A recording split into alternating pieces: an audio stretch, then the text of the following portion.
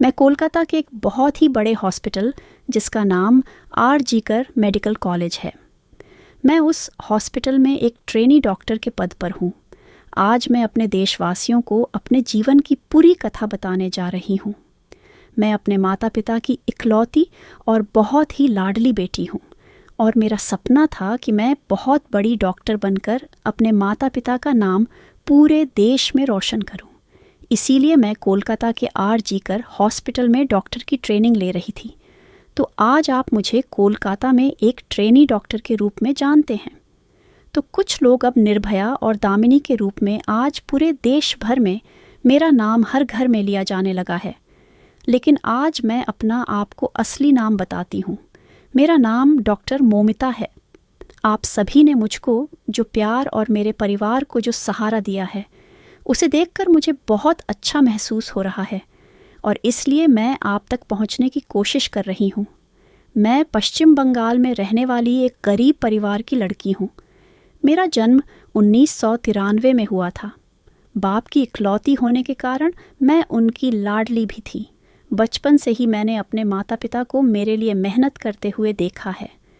मुझे आज भी याद है, एक बार जब मैंने डॉक्टर बनने की इच्छा अपने माता पिता से बताई थी, तो मेरे पिता गरीब परिवार से होने के बावजूद भी पिता को मेरी यह इच्छा सुनकर बहुत खुशी हुई थी। तो उन्होंने मुझसे कहा कि बेटा, बहुत पढ़ लिख कर तू बड़ी डॉक्टर बन, मैं हूँ ना। ये कहते हुए उन्होंने मेरे सिर पर प्यार से हाथ फेरा। तब से मेरे माता पिता ने अपनी मेहनत की कमाई से मेरी शिक्षा के लिए पैसे बचाए। लोग अक्सर मेरे पिता से बहुत कहते थे, तू तो गरीब है, तू अपनी बेटी को डॉक्टर नहीं बना पाएगा। उनकी यह बातें मुझे बहुत चुभती थीं। लेकिन मैंने लोगों की बातें ना सुनकर मैंने पूरी अपनी मेहनत से पढ़ाई जारी रखी और मैंने उन सभी को गलत साबित कर दिया। मैंने दिन रात नीट परीक्षा की तैयारी की क्योंकि मुझे सरकारी कॉलेज में दाखिला लेना था ताकि मेरी शिक्षा का खर्च कम हो सके। मैं एक बड़ी डॉक्टर बनकर अपने माता पिता को वो सभी सुविधाएं देना चाहती थी जो अमीर लोगों के घरों में होती है। मैं उनकी सेवा करना चाहती थी और उनका नाम रोशन करना चाहती थी और मेरी यह इच्छा पूरी हुई। नीट की परीक्षा में मुझे बहुत अच्छे अंक मिले और उसी के आधार पर मुझे कोलकाता के आर.जी.कर मेडिकल कॉलेज में MBBS में प्रवेश मिल गया। मेरी सारी मेहनत सफल हो गई और मेरे माता पिता बहुत खुश हुए। धीरे धीरे मैंने अपनी और आगे की पढ़ाई जारी रखी। मुझे और बड़ी डॉक्टर बनना था, लोगों की बेहतर सेवा करनी थी।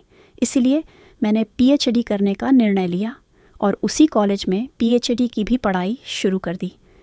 मैंने चेस्ट मेडिसिन के क्षेत्र में गहन अध्ययन किया और उस वक्त मैं और मेरे माता पिता बहुत खुश थे क्योंकि अब मेरी PhD पूरी होने वाली थी और PhD पूरी होने के बाद मैं एक प्रतिष्ठित डॉक्टर बनने जा रही थी और पिताजी ने जो कर्ज लिया था मेरी शिक्षा के लिए, उसे भी मैं अब चुकाने वाली थी और अब मैं अपने माता पिता को एक सुखद जीवन देना चाहती थी। हमने बहुत ही कठिन परिस्थितियों में अपना जीवन व्यतीत किया था। इसे मैं कभी नहीं भूल सकती। मुझे याद है कि मेरे माता पिता खुद भूखे रहते थे, लेकिन मुझे कभी भी भूखा सोने नहीं देते थे। मैंने भी उन्हें देखकर पैसे बचाने का तरीका सीखा था। मुझे कुछ भी चीज़ पसंद आती थी, लेकिन मैंने उनसे कभी नहीं मांगा। इसलिए मेरे माता पिता हमेशा कहते थे कि मैं बहुत समझदार हो गई हूँ और वे मुझे अपने बेटे की तरह मानते थे। अब पढ़ाई के साथ साथ मैंने आर.जी.कर हॉस्पिटल में ट्रेनी डॉक्टर के रूप में नौकरी भी शुरू कर दी थी और अब 2024 का साल शुरू हो गया था। मुझे गणपति और दुर्गा पूजा बहुत पसंद थी। अब तो मैं डॉक्टर भी बन गई थी। तो इसीलिए मैंने अपने माता पिता से कहा कि इस साल हम गणपति और दुर्गा पूजा एक साथ धूमधाम से मनाएंगे। अब हमारे पास पैसे भी हैं। आपकी बेटी एक प्रतिष्ठित डॉक्टर बनने वाली है। मेरी यह बातें सुनकर मेरे माता पिता बहुत खुश हुए। उन्होंने कहा कि इस साल हम दुर्गा पूजा एक साथ धूमधाम से मनाएंगे। मेरे माता पिता अब मेरी शादी के बारे में भी सोचने लगे थे। मैंने अपने पिताजी से कहा कि मेरी शादी की चिंता मत करो। शादी के लिए इतने सारे पैसे कहाँ से लाएंगे पिताजी, इसलिए इसे आप मुझ पर छोड़ दो। अब मैं बड़ी डॉक्टर बनने वाली हूँ, मेरी चिंता मत करो। हमारे अच्छे दिन आने वाले हैं और फिर जब मुझे सही जीवन साथी मिलेगा तभी मैं शादी करूँगी। मेरी ऐसी ऐसी बातें सुनकर माता पिता की आंखों में हमेशा खुशी के आंसू आ जाते थे। जब भी मैं ऐसा बोलती थी उन्हें खुश देखकर मेरा मन भी आनंद से भर जाता था। मैंने बचपन से अपनी माँ को हमेशा पैसे बचाते हुए देखा था, लेकिन मेरे लिए वह कभी भी खर्च करने से पीछे नहीं हटती थी। मेरी पसंद नापसंद उन्हें बखूबी पता होती थी। मुझे बड़ा करने के लिए उन्होंने बहुत त्याग किए थे। उन्होंने मेरे लिए अपनी इच्छाओं को दबा दिया था, इसलिए अब मेरी बारी थी उनके लिए कुछ करने की। और जब मेरी पहली सैलरी मिली तो मैंने माँ के लिए सोने की चूड़ियाँ बनवाई। वे चूड़ियाँ देखकर माँ बहुत खुश हुई और उन्होंने मुझे खुशी से अपने गले लगा लिया। सब कुछ ठीक ही चल रहा था और पिछले कुछ 6 महीनों से मुझे नाइट ड्यूटी भी मिलने लगी थी। कभी हफ्ते में 1 बार नाइट ड्यूटी होती थी तो कभी कभी हफ्ते में 20 से 30 घंटे भी काम करना पड़ता था, और इसका कारण मैं अभी आगे आपको कहानी में बताऊंगी। 2024 का ये अगस्त का महीना मेरे लिए इतना घातक साबित होगा, यह मैंने कभी सपने में भी नहीं सोचा था। मेरे पिताजी की उम्र 63 साल की हो गई और आज भी वो सिलाई का काम करते हैं। उन्होंने अब तक सिलाई करने का काम नहीं छोड़ा। मेरे पापा हार्ट के मरीज़ हैं। उनकी बीपी की मेडिसिन चलती है और वे एक बार को बीपी की मेडिसिन लेना भूल सकते हैं, लेकिन काम करना नहीं भूलते। हमेशा मुझे उनको समय पर मेडिसिन लेने के लिए कहना पड़ता था और वे हंसते हुए कहते थे, हाँ बेटी लेता हूँ अभी। माँ भी हमेशा कहती हैं, हमारी बेटी नहीं, ये हमारा बेटा है। मैं वैसे भी बहुत प्यारी थी और मेरे नाम में भी प्यार छिपा था। जब मैं कॉलेज जाती और ड्यूटी पर होती तो अक्सर कानों में कुछ गलत कामों के बारे में सुनने को मिलता था। हमारे सीनियर डॉक्टर भी इस पर कभी कभी फुसफुसाते थे, लेकिन मैंने खुद को इन सब चीज़ों से हमेशा दूर ही रखा। हाँ, लेकिन जब किसी मरीज़ के साथ अन्याय होता या किसी मरीज़ से अधिक पैसे वसूले जाते थे तो मुझे यह बात बहुत बुरी लगती और मैं आवाज़ उठाती थी। और मेरे आवाज़ उठाने पर हमारे सभी के सीनियर संदीप घोष हमेशा मुझ पर चिल्लाते थे। उनके सीनियर होने की वजह से हम सभी उनसे डरते थे, लेकिन मैंने उनके बारे में भी बहुत कुछ ऐसा सुना हुआ था कि वे अस्पताल में क्या क्या करते हैं। मैंने कभी भी उनके खिलाफ आवाज़ उठाने की कोशिश नहीं की, क्योंकि मैं इन सब बड़े लोगों के चक्कर में नहीं पड़ना चाहती थी।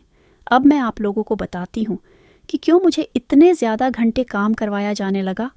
तो सुनिए, जब अस्पताल में दवाइयों और अन्य चीज़ों की कालाबाजारी होने की बात सामने आई तो मैं शांत नहीं रह सकी। मैंने बोलना शुरू किया तो मेरी आवाज़ को बहुत दबाने की कोशिश की जा रही थी। मुझसे अतिरिक्त काम करवाया जा रहा था। मेरे काम के घंटे भी बढ़ा दिए गए थे, लेकिन फिर भी मैंने अपना काम ईमानदारी से किया। और कभी कभी तो मैं अपने पिताजी को यह सभी बातें बताती थी, लेकिन वे मुझे कहते थे कि बेटी तुम इन सब चीज़ों में मत पड़ो, हम गरीब लोग हैं, ये बहुत बड़े लोग हैं, इनकी पहुंच बहुत ऊपर तक है, ये तुम्हारी मेहनत पर पानी फेर देंगे। तुम अपनी पढ़ाई पूरी करो, फिर हम देखेंगे कि क्या करना है। पिताजी जो ये सब बात बोल रहे थे वो सारी बातें बिल्कुल सही थीं। मैंने यहाँ तक पहुँचने के लिए बहुत मेहनत की थी, इसीलिए पिछले 6 महीनों से मैं आपने सीनियर घोष सर और विभाग के उत्पीड़न को सहन कर रही थी और शांतिपूर्वक सिर्फ अपना काम कर रही थी। और अब मैं इन सब के बारे बहुत ज़्यादा जान चुकी थी। शायद अब मुझसे इन लोगों को बहुत ख़तरा महसूस होने लगा था और ये सब लोग मेरे लिए कुछ तो योजना बना रहे थे और मुझे बिल्कुल भी इस बात का अंदाज़ा नहीं था। कभी कभी मेरी दोस्त और मैं इस विषय पर चर्चा किया करते थे कि हमारे अस्पताल में कितने गलत काम हो रहे हैं, लेकिन हम हमेशा बोलते बोलते चुप हो जाते थे क्योंकि हमें इन चीज़ों में उलझना नहीं था। एक बार हमारे अस्पताल में सन 2019 में एक संजय रॉय नाम का व्यक्ति भर्ती हुआ था। वह हॉस्पिटल की पुलिस चौकी में काम करता था। वह 5 साल से यहाँ काम कर रहा था, इसीलिए उसको हमारे सभी विभाग की पूरी जानकारी थी। कई मरीजों को तो वह बेड भी दिलवाता था और इस काम के लिए उसे पैसे भी मिलते थे। लेकिन इस संजय रॉय की नज़र बहुत ख़राब थी। हॉस्पिटल में आने वाली हर महिला को वह गंदी नज़रों से देखा करता था। लेकिन वह हमारे सीनियर घोष सर का बहुत ही ख़ास था, इसलिए हमने कभी उसकी शिकायत करने का विचार नहीं किया, क्योंकि बेवजह हमें कोई विवाद नहीं करना था। लेकिन हाँ, संजय रॉय की नज़र बहुत ही ज़्यादा गंदी और ख़तरनाक थी। वह जब किसी भी लड़की के सामने होता था तो उसकी नज़र उसे खा जाती थी, इसलिए मैं हमेशा से ही ऐसे गंदी नज़र रखने वाले आदमी से दूर ही रहती थी। लेकिन जब मैं 8 अगस्त को घर से हॉस्पिटल जाने के लिए निकली तो मुझे ज़रा सा भी एहसास नहीं था कि यह मेरा आखिरी दिन होगा और शायद मैं अब अपने माता पिता और अपने छोटे से घर को फिर कभी नहीं देख पाऊंगी। और शायद मैंने अपनी माँ से इसीलिए कहा कि पिताजी को समय पर दवाई दे देना, और रोज़ की तरह ये कहकर मैं घर से हॉस्पिटल के लिए निकल गई। और मैं पूरे दिन काम कर रही थी, अपने मरीज़ों की देखभाल कर रही थी, और ऊपरी मंजिल पर सेमिनार हॉल के पास एक कमरे का निर्माण चल रहा था, इसीलिए तीसरी मंजिल पर आने जाने का ज़्यादा मूवमेंट नहीं हो रहा था। हम सभी स्टाफ वार्ड में इकट्ठा थे। 4-5 और भी ट्रेनी डॉक्टर मेरे साथ ही थे। हम कुछ चीज़ों पर चर्चा कर रहे थे। उस समय संजय रॉय भी वहीं था और वह मुझे देख रहा था, लेकिन मैंने उसे नज़रअंदाज कर दिया। कुछ समय बाद वह वहाँ से चला गया और हम सब खाना खाकर फिर सभी अपने अपने काम पर लग गए। मैं जब थोड़ी फ्री हुई तो मैंने रात को माँ को फ़ोन किया, और जब तक मैं माँ को फ़ोन नहीं करती तब तक माँ और पिताजी खाना नहीं खाते थे। उन्हें बताना पड़ता था कि मैंने खाना खा लिया है, तभी वे खाना खाते थे। उस रात मुझे ज़रा भी अंदाज़ा नहीं था कि यह मेरी माँ से आखिरी बातचीत हो रही है। माँ के फ़ोन उठाते ही मैंने पूछा कि पिताजी ने समय पर मेडिसिन तो ले ली है ना? उनका ध्यान रखना, मेरी चिंता मत करो, मैंने खाना खा लिया है। पिताजी को बीपी की समस्या रहती थी, इसलिए समय पर मेडिसिन लेना उनके लिए बहुत ज़रूरी रहता था। उनकी मेडिसिन नहीं छूटनी चाहिए, इसका पूरा ध्यान मैं ही रखती थी। मुझे याद आ रहा है कि एक बार पिताजी की मेडिसिन रात में ख़त्म हो गई थी, तो पिताजी ने सोचा एक दिन दवा ना लेने से क्या फ़र्क पड़ेगा, सुबह जाकर दवाइयाँ ले आऊँगा। लेकिन तभी मैंने घड़ी में देखा तो रात के 11 बज रहे थे, और इतनी रात में भी मैंने पिताजी की मेडिसिन का इंतज़ाम किया। लेकिन अब अस्पताल में ज़्यादा काम होने के कारण मुझे घर पर ध्यान देने का समय नहीं मिल रहा था, इसलिए अब मुझे माँ को फ़ोन करके ही बताना पड़ता था कि पिताजी की देखभाल करें। और माँ से बात करके मैंने पूरे फ्लोर पर जाकर मरीज़ों का चेकअप किया। इसके बाद मैं आराम करने और पढ़ाई करने के लिए तीसरी मंजिल पर सेमिनार रूम पहुंची। लेकिन मुझे ये पता नहीं था कि वहाँ स्टाफ का भी जाना मना है, क्योंकि वहाँ कुछ निर्माण कार्य होने के कारण ऊपर किसी को जाने नहीं दिया जा रहा था। लेकिन मैं वहाँ चली गई थी। सेमिनार हॉल में जाकर मैंने अपनी पढ़ाई की और मैंने सोचा थोड़ा सौ लेना चाहिए।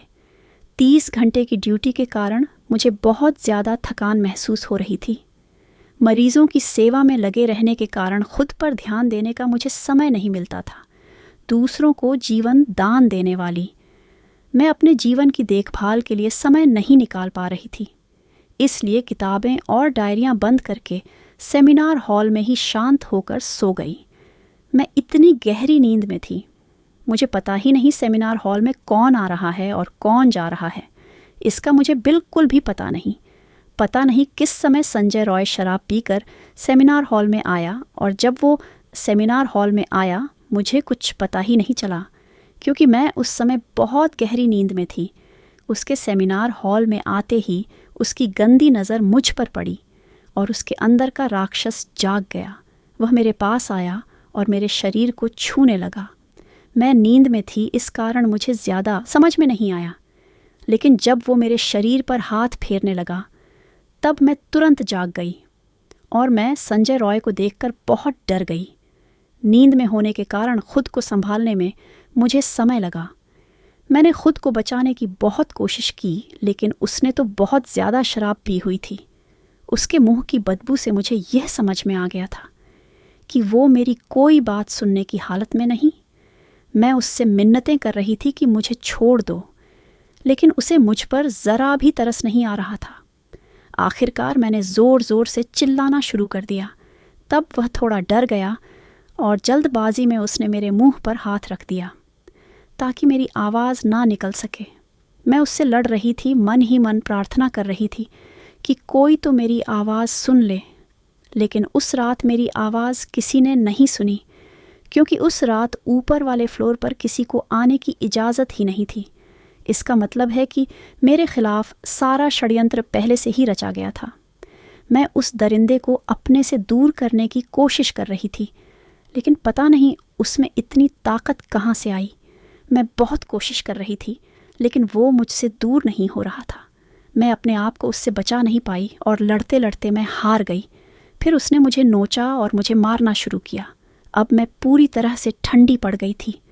मुझे उसके बाद पता ही नहीं चला कि कौन कौन मेरा शोषण कर रहा है। मेरी बहुत ज़ोर से चीखें निकल रही थीं। मैं इतनी ज़ोर से चीख रही थी कि मेरी चीख पूरे हॉस्पिटल में गूंज रही थी। लेकिन न जाने क्यों मेरी आवाज़ किसी को सुनाई नहीं दी। चिल्लाते चिल्लाते मेरा शरीर बिल्कुल ठंडा पड़ गया और फिर मेरे स्त्री सम्मान की हत्या कर दी गई, वह भी बहुत ही निर्ममता से।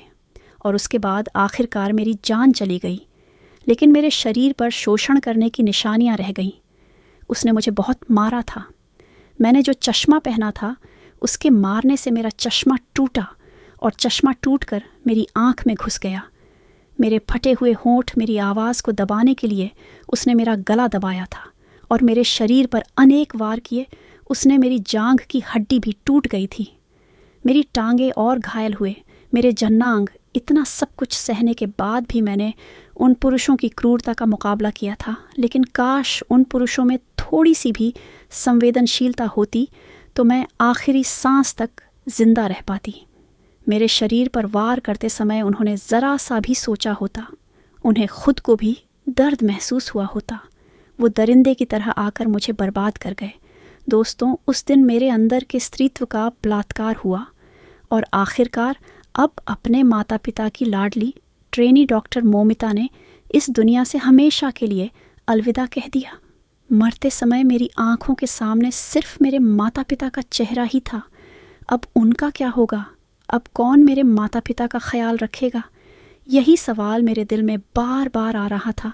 हर दिन दूसरों की जान बचाने वाली, आज मेरी जान बचाने के लिए वहाँ कोई नहीं आया।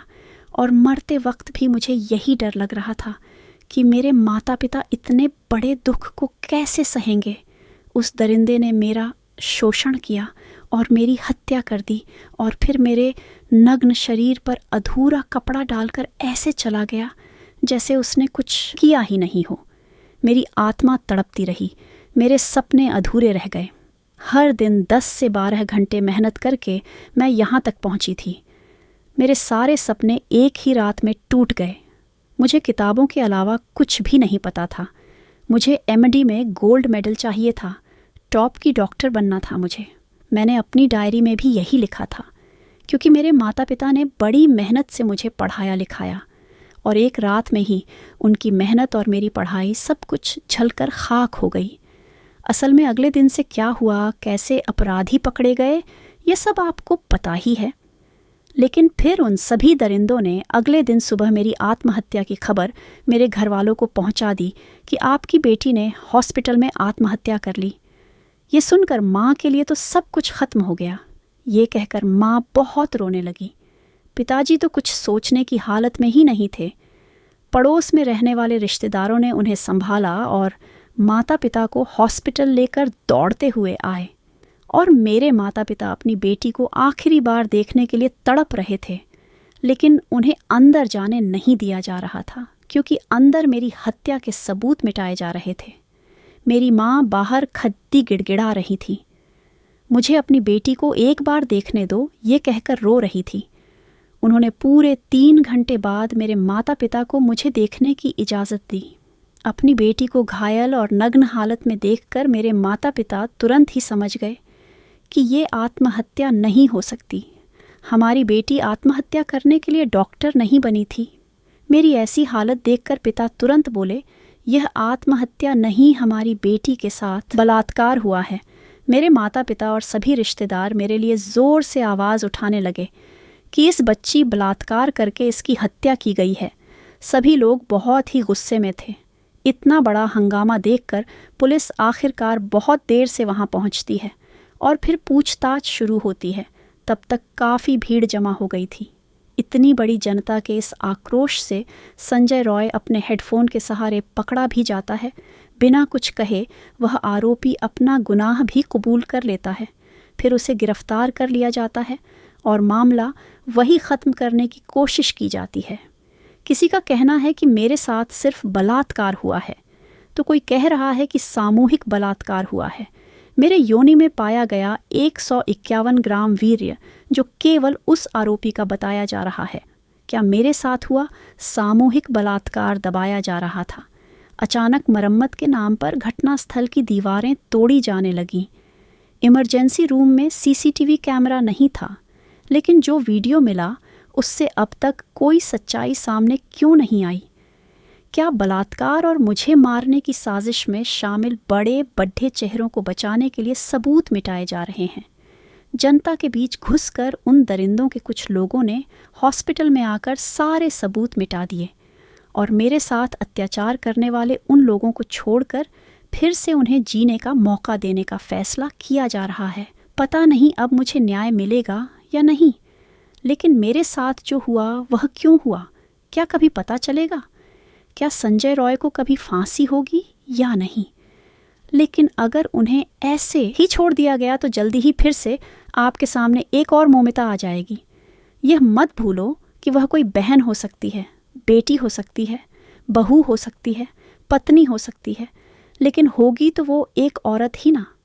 2012 में मेरे जैसी ही एक और लड़की के साथ अन्याय हुआ था। उसके आरोपियों को 7 साल बाद फांसी की सज़ा मिली गई थी। उसे बहुत देर से न्याय मिला था। अगर हमारे जैसी आप लोगों को दूसरी निर्भया नहीं चाहिए तो मुझे न्याय दिला दो। क्या मेरे माता पिता को उनकी बेटी से दोबारा मिलने का मौका मिलेगा? मैंने एक डॉक्टर बनकर सभी की सेवा करने का फैसला किया था। मैंने सबको एक देवता के रूप में बचाने का निर्णय लिया था, लेकिन मैं खुद को बचाने में असफल रही। आखिरकार मैंने अपनी सांसें रोक लीं और एक अनसुलझी गुत्थी बनकर रह गई। जीते हुए लोगों की सेवा करके खुशी से जीने का मेरा सपना अधूरा ही रह गया। मेरी हत्या और बलात्कार की गुत्थी अब तक सुलझी हुई नज़र नहीं आ रही है। मैं वही ट्रेनी डॉक्टर बोल रही हूँ, डॉक्टर मौमिता, जो कुछ दिन पहले तक आप में से ही एक थी। बिना किसी गलती के मैंने अपनी ज़िंदगी खो दी। काश उन लोगों में कुछ संवेदनशीलता होती तो आज यह महिला डॉक्टर जिंदा होती। मेरे माता पिता अभी तक इस दुख से उभर नहीं पाए, लेकिन फिर भी मजबूती से खड़े होकर मुझे न्याय दिलाने की कोशिश कर रहे हैं। मैं अपने माता पिता की केवल एक ही बेटी थी, लेकिन आज मैं भले ही ईश्वर के पास आ गई हूँ, मगर अब आप सभी बेटे बेटियाँ मेरे माता पिता की संतान हो। एक बेटी चली गई, लेकिन हज़ारों बेटे बेटियाँ उन्हें मिल गए हैं। इसलिए कृपया करके आप मेरे माता पिता की देखभाल करें। मेरे पिताजी बहुत स्वाभिमानी हैं। वे किसी का पैसा नहीं लेंगे और मदद भी नहीं मांगेंगे, और यह मैं अच्छी तरह से जानती हूँ। मुझे पता है कि जब तक मुझे न्याय नहीं मिलेगा, मेरे माता पिता भी शांति से नहीं बैठेंगे, वे अंदर ही अंदर मरते रहेंगे। ईश्वर करे मेरे साथ जो हुआ वह किसी और घर की बेटी के साथ ना हो, किसी भी माता पिता से उनकी बेटी दूर ना हो। मैं अपने माता पिता से बहुत प्यार करती हूँ, इसलिए ही मुझे सबसे ज़्यादा उनके लिए दुख हो रहा है कि आज मैं उनके पास नहीं हूँ उनके आंसू पोंछने के लिए। दोस्तों, मुझे आप लोग न्याय दिलाओ, आरोपियों को सज़ा दिलाओ। मुझे न्याय दिलाने के लिए आवाज़ उठाओ। कमेंट में ज़रूर बताओ मुझे न्याय मिलेगा या नहीं। ये मेरी कहानी सच्ची है, कोलकाता की एक महिला डॉक्टर की है, फिर भी मैंने इसे अपने शब्दों में लिखने की कोशिश की है। अगर मुझसे कुछ गलती हुई हो तो मैं आप सभी देशवासियों से माफ़ी चाहती हूँ।